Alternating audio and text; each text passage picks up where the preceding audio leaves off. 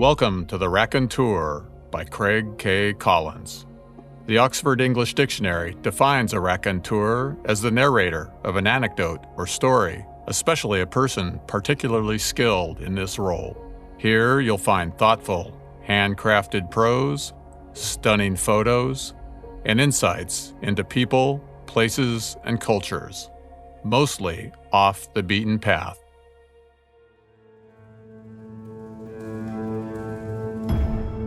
This week's episode takes us to the ancient Silk Road city of Samarkand, Uzbekistan, where I find that hospitality toward travelers has been a way of life here for millennia.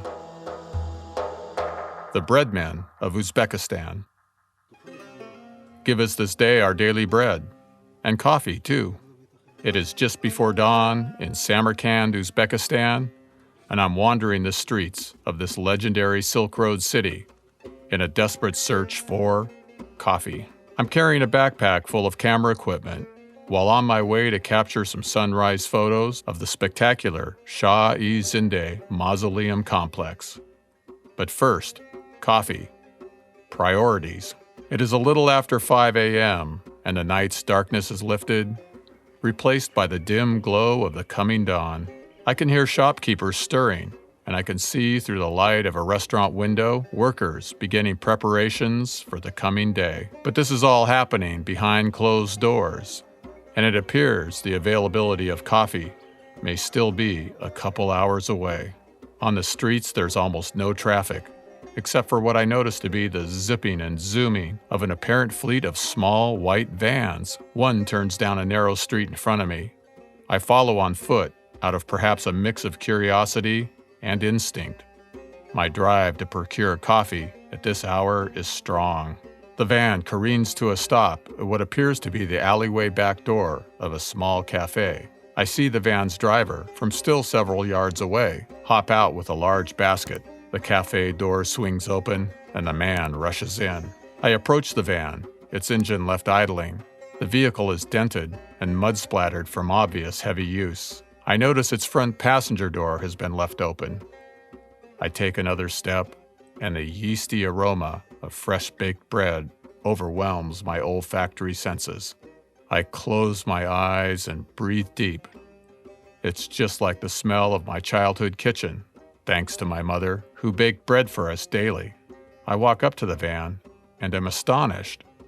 It is stuffed floor to roof, front to back, with loaves of fresh-baked bread, each unwrapped and meticulously stacked like bricks into the van's every nook and cranny.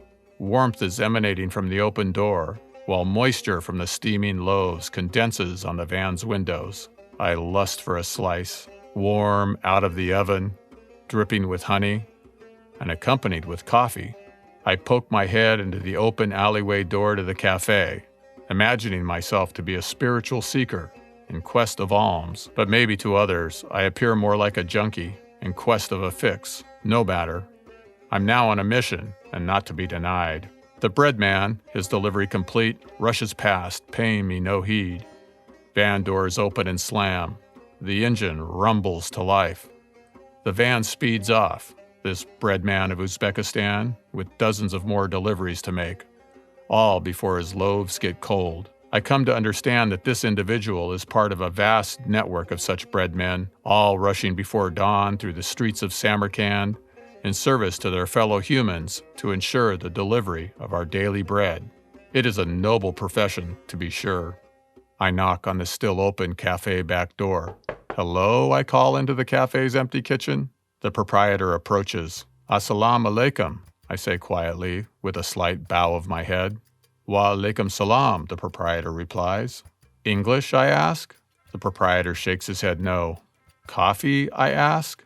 "Ah," he says, smiling, and begins to turn to get me a cup. "Oh," I stop him. "And bread too?"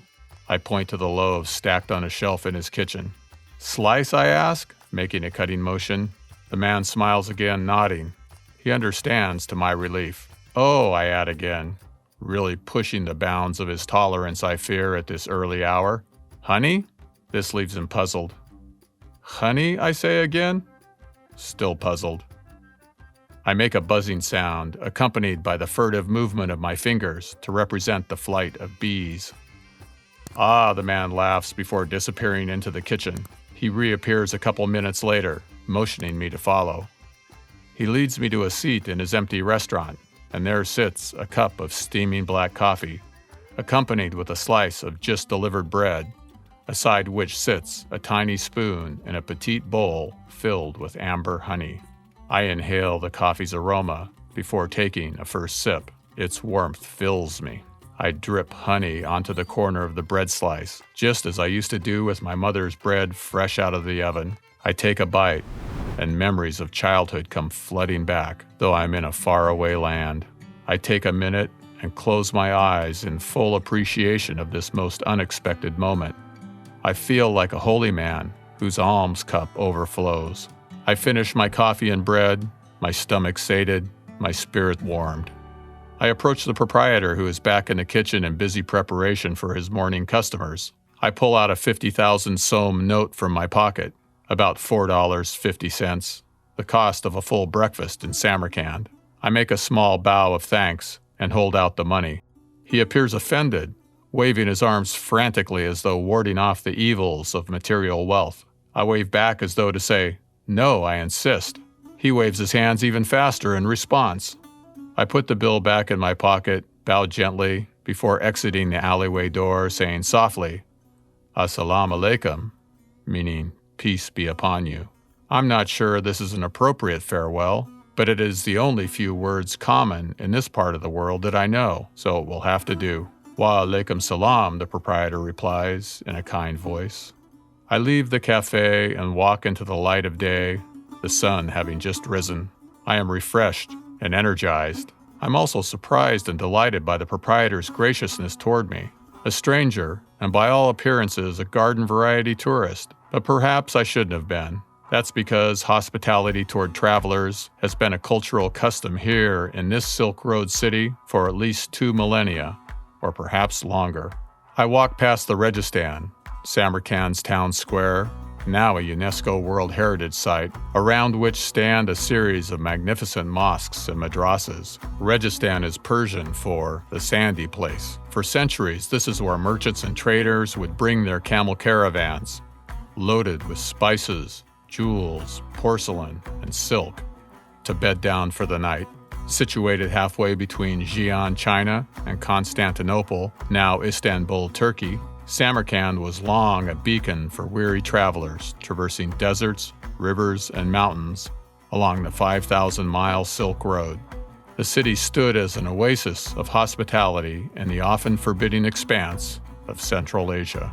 It is a small thing, coffee, bread, honey, and yet it is also a big thing that can help build bridges of friendship, understanding, and tolerance between people and cultures. Or as Mona Siddiqui, professor of Islamic and Interreligious Studies at Edinburgh University, writes, "Hospitality is first and foremost a duty toward others and a way of living in which we are constantly reminded of human diversity."